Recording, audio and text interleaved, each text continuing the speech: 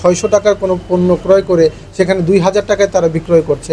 এই দুইটি প্রতিষ্ঠানকে আমরা আজকে ৫০,০০০ টাকা আর্থিক জরিমানা করেছি। ৬০০ টাকার প্রোডাক্ট এটা গত বছরের বলছি, ওটা আপনি ২,০০০ টাকা এই বছরে বিক্রি করছেন।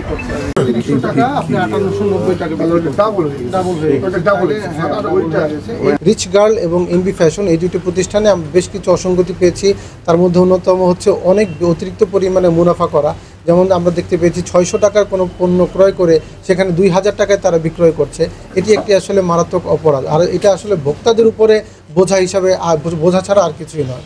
আর এখানে আমরা আইটি প্রতিষ্ঠানে রিচ গার্ল যেটিতে এসেছি, সেখানে আমরা কোনো ধরনের তাদের পাকা রসিদ আমরা দেখতে পাইনি। এমনকি তারা যে রসিদটি দেখিয়েছেন সেটিও ইনস্ট্যান্ট তৈরি করে আমাদেরকে আসলে বিভ্রান্ত করার জন্য।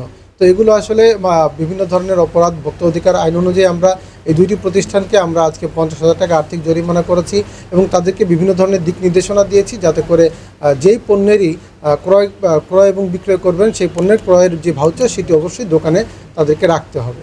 আর আমাদের এই ধরনের অভিযান অব্যাহত থাকবে। আমরা চাই বগুড়াবাসী স্বস্তিতে ঈদের শপিং করুন।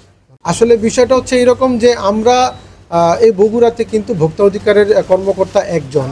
তো আমার একার পক্ষে আসলে সব দোকানে যেমন মনিটরিং সম্ভব নয়, তবে আমরা কয়েকটি প্রতিষ্ঠানে মনিটরিং করে যখন আমরা আর্থিকভাবে তাদেরকে আইনগত ব্যবস্থা নেই, এটার মাধ্যমে অন্যান্য ব্যবসায়ীদেরকেও আসলে একটা মেসেজ দেওয়া হয় যে আপনারাও সতর্ক হয়ে যান এবং আপনারাও সঠিক নিয়মে বিজনেস করেন। যদি আপনারা না করেন, পরবর্তীতে আপনাদের বিরুদ্ধে হয়তো পদক্ষেপ নেওয়া হবে। আরেকটি বিষয় হচ্ছে যে এইখানে আমরা যে নির্দেশনা দিয়ে গিয়েছি, আমরা আবার পরবর্তীতে আমাদের আরেকটা মনিটরিং এখানে আবার কন্টিনিউ থাকবে যে তারা আসলে আমাদের নির্দেশনাগুলো পালন করছে কিনা।